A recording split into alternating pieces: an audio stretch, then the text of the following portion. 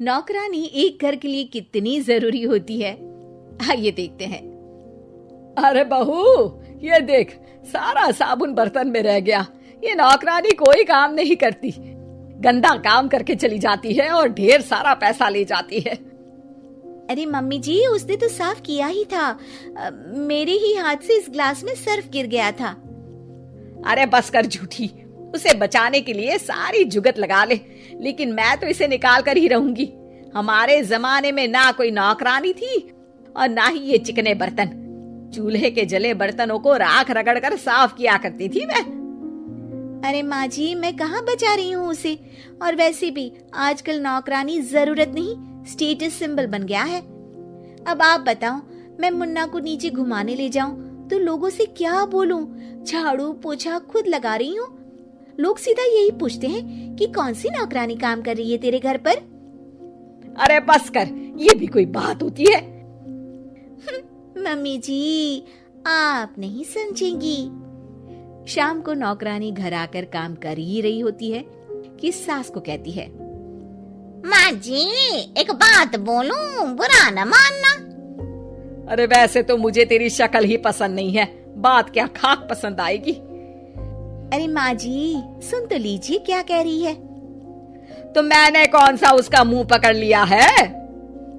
अरे माँ जी, वो लाल साड़ी पहनती हो ना, ना पहना करो।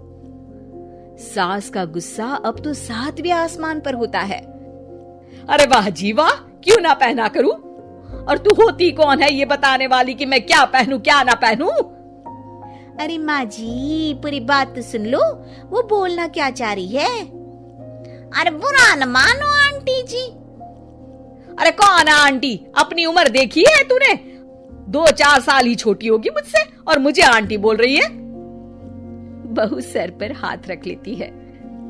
अरे अच्छी खासी उम्र दराज हो और आंटी ना बोलूं? मैं तुम्हारी बहू से भी 4 साल छोटी हूँ।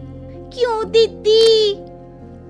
बोलती भी क्या, एक तरफ सास यानी पति की माँ, तो दूसरी तरफ नौकरानी जिसके बिना घर का काम नहीं चल सकता। वो दरअसल माँ जी की शादी पे बहुत जल्दी हो गई थी ना। अच्छा ये झगड़ा छोड़ो, ये बताओ तुम माँ जी को लाल साड़ी पहनने से क्यों मना कर रही हो? वो ना, इनकी उम्र की सारी औरतें सोसाइटी में इनके लिए बात करती हैं कि तुम्हारी सास बुढ़ी घोड़ी लाल लगाम है। बहू को ये सुनकर गुस्सा आ जाता है।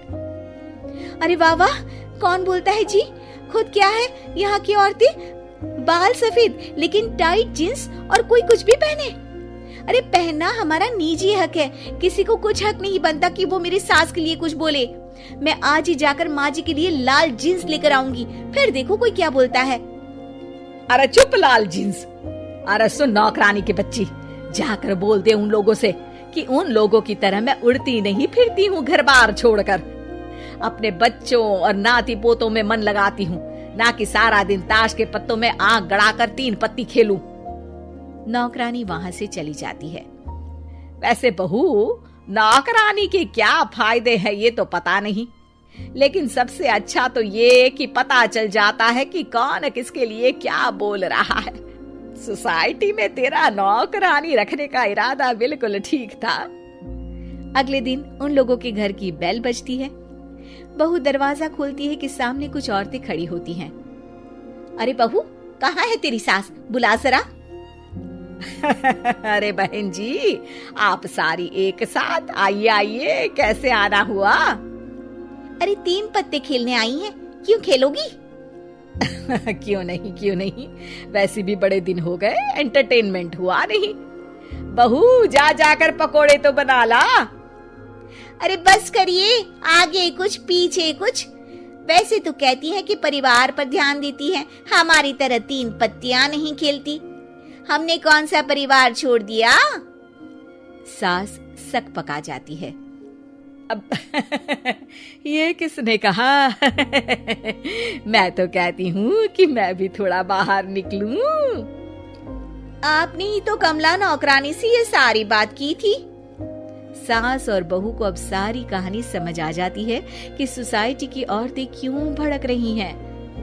माफ करिए आंटी, मैं छोटी हूँ, लेकिन फिर भी पहले तो आप लोगों ने माँ की लाल साड़ी का मजाक उड़ाया था ना।